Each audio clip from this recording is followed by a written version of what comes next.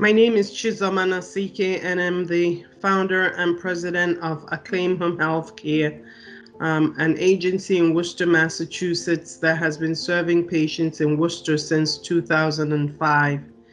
And I would be called a small to medium-sized agency with about fluctuates between 37 and 40 employees here in Worcester. And we serve Worcester and the surrounding towns, providing skilled nursing, physical therapy, occupational therapy, speech therapy, home health aides, and social work.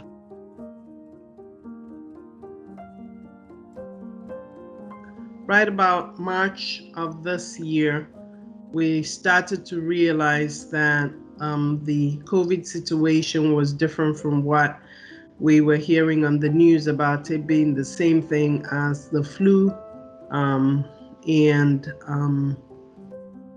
We were starting to realize that we may have to use protective equipment and all that to be able to see patients. But at that point, it was not very clear from anybody what was going on.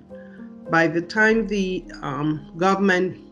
governor declared a state of emergency about March 11th, we realized that we were truly going to be in a fight for the agency to survive. One of the very first things that happened was 3 of the staff who I had really counted on, critical staff, right away came to me after the emergency was declared and just stated they could not work anymore. And that was the first sign for me that things were going to be very different. The first realization that we needed PPE very quickly turned into a panic of how were we going to get the PPE. The vendors very quickly ran out, our regular supply vendors. We were not able to order things and get things. The masks, the gloves, hand sanitizers, we were not able to get them the way we wanted. So we knew that this was going to be a very difficult situation. And very quickly there was a backlog in ordering. Things were being prioritized for the hospitals. But we knew that home care was important and we had to keep seeing these patients that we had. And we have a daily average census around 200 patients. So we knew that these patients were counting on us not to end up in the hospitals that were already being clogged with COVID patients.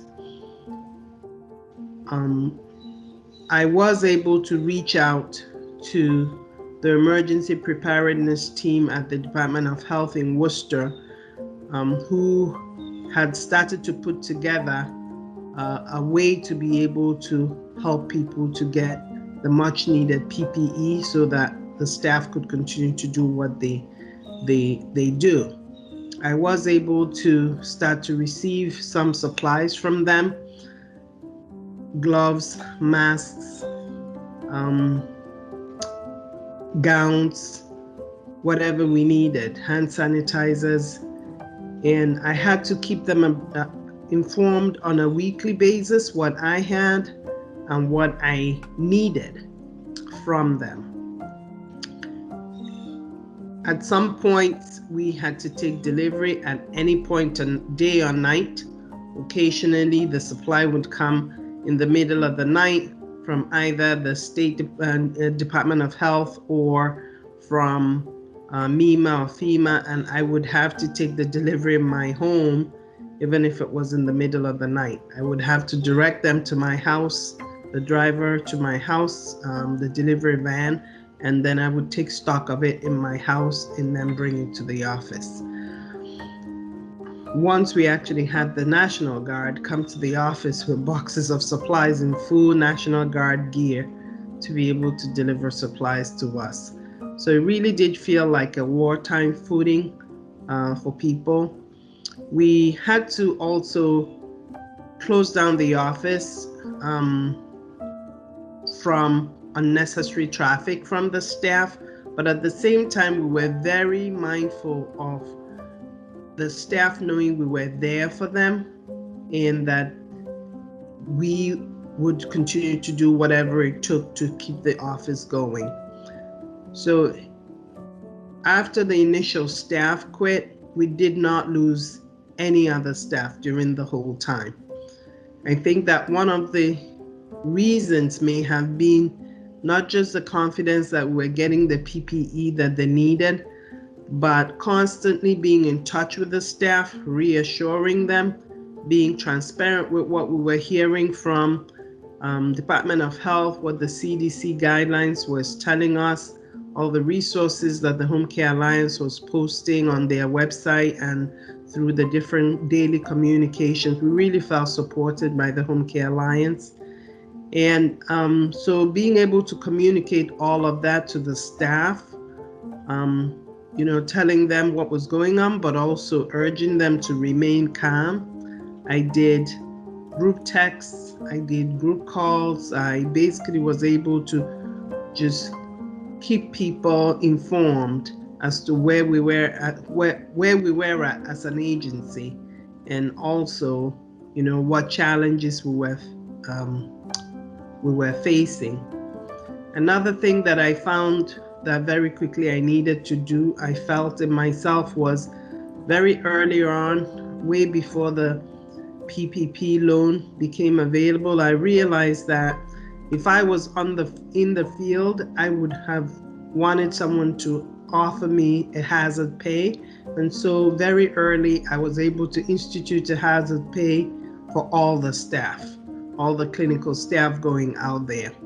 And I think that made the staff feel really, really appreciated, that we cared more about them than about the company profit or how the company was making out financially. At the time when I instituted the hazard pay, I didn't know where the funding was going to come from. And then the funding through the PPP loans came up, and so we were able to survive and be okay. But at the time when we put it in, it was just a leap of faith, basically trying to make sure that the staff felt appreciated. So we were able to keep all our staff. We didn't lose anybody, and we were very blessed that none of our staff or patients got infected with the COVID through our processes. One or two people who did get the COVID actually got it through their family members. And so we knew that what we were doing was correct with the PPE, everybody being protected properly and continue to do the work that they so wanted to do to protect their patients.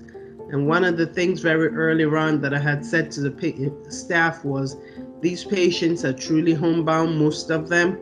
And so if they get exposed to COVID, we brought it to them.